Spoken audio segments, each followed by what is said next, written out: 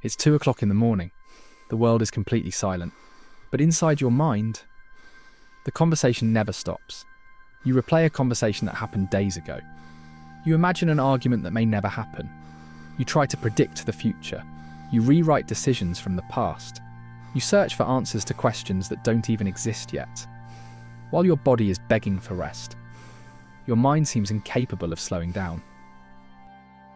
At some point in life, every one of us overthinks.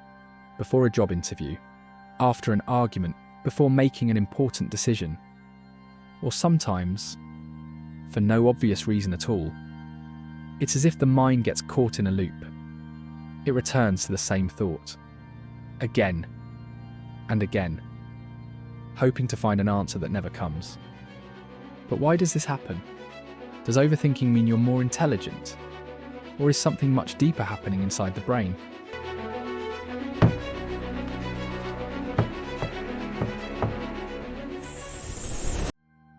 For a long time, scientists believed the brain existed mainly to react to the world around us. Today, we know it does far more than that. Much of the time, your brain is trying to predict what might happen next. Before a situation even unfolds, your mind is already imagining possibilities, comparing scenarios, calculating risks, rehearsing conversations. This ability was essential to the survival of our species. The better our ancestors could anticipate danger, the better their chances of staying alive. The problem is, the very mechanism that once protected us can now trap us in an endless cycle of thought. Thinking is one of the most extraordinary abilities of the human mind. It's how we plan, learn, create, and solve problems. But there comes a point when thinking stops producing answers and begins producing nothing but more questions. At that moment, reflection turns into repetition. Instead of bringing us closer to a decision, it pushes the decision even further away. Instead of reducing uncertainty, it creates even more possibilities. The mind keeps working, but it is no longer making progress. It's simply going in circles. Neuroscience has uncovered something fascinating. Even when we're not actively focused on a task, our brains remain remarkably busy. Researchers have identified a network of brain regions that becomes especially active during moments of rest. It's known as the default mode network. This is the state in which we often revisit memories, imagine the future, reflect on ourselves, create stories, make plans, and sometimes become trapped in worries that seem to have no end. This network isn't a flaw, it's a normal part of how the human mind works. But when it remains active for too long, while feeding on negative or repetitive thoughts, it can intensify feelings of anxiety and make it much harder for the mind to truly switch off. Have you ever noticed how certain thoughts always seem to return to the same place? That's because the brain learns through repetition. The more often an idea is revisited, the more familiar it becomes. Imagine walking through the same path in a forest over and over again. Each time, the trail becomes a little clearer. Your brain works in much the same way. It strengthens the connections between neurons that are activated repeatedly, which means we don't always overthink because the problem is bigger. Sometimes, we overthink simply because the brain has already learned that path. Up to this point, it might seem that overthinking is simply the result of excessive mental activity. But psychology has uncovered something even more interesting. Not all repetitive thoughts are the same. Some help us find solutions. Others only feed worries that never seem to end. Understanding the difference between the two may completely change the way we see what is happening inside our own minds. There is an important difference between thinking and becoming trapped inside your own thoughts. When we reflect on a problem, our minds search for new possibilities. They ask questions, explore different paths, but eventually, something changes. The questions stop opening new doors and begin repeating the very same doubts. Psychology has a name for this phenomenon: rumination.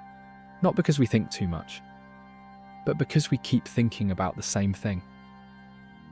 In the same way, over and over again, it's like trying to escape a maze by walking down the exact same hallway every single time. You've probably experienced this yourself. Some thoughts disappear within minutes, others stay with us for days, sometimes for weeks. That's because the brain assigns different levels of importance to different experiences. Emotionally charged events tend to receive special attention. A conflict, a loss, a difficult decision, a harsh criticism. The mind interprets these experiences as problems that still need to be solved, so it keeps returning to them, not because it enjoys making us suffer, but because it believes there's still something important left to understand. There's another fascinating characteristic of the human mind. It struggles with uncertainty. Whenever we don't know what will happen next, the brain tries to fill in the blanks. It creates hypotheses, simulates different scenarios, anticipates possible outcomes. This ability can be incredibly useful, but it can also trap us inside futures that may never exist. Many times, we don't suffer only because of what has happened. We suffer because of what we imagine might happen. There's a common belief that thinking more always leads to better decisions. Science suggests that's not always true, beyond a certain point. Adding more possibilities can create more doubt instead of more clarity. It's like enlarging a photograph over and over again. Eventually, you become so focused on the tiny details that you lose sight of the whole picture. Thinking is essential, but unlimited thinking doesn't always lead to greater understanding. Sometimes, it only creates greater indecision. Perhaps the most common question people ask is, how do I stop thinking so much? Curiously, that may not be the real goal. The human mind was designed to think, to plan, to imagine, to create. The challenge isn't eliminating our thoughts, it's recognizing the moment they stop being a useful tool and start controlling our attention without producing anything new. A growing body of research each suggests that deliberately directing our attention toward a task, our surroundings, or the present moment, can help reduce cycles of repetitive thinking in many people.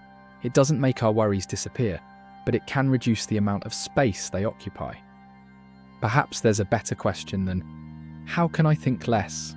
Maybe we should ask, why does my mind believe that repeating this thought will solve anything?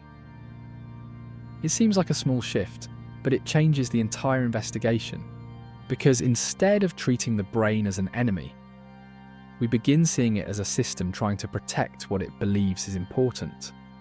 Not always in the most effective way, but almost always in search of safety. Thinking is one of the greatest abilities of the human mind. Because of it, we've built cities, written books, created scientific theories, solved impossible problems. But the same mind that allows us to imagine the future can also imprison us inside possibilities that may never become reality. Understanding that may not make our thoughts disappear, but it changes the way we relate to them, because sometimes the answer isn't to think more, it's recognizing when we've already thought enough.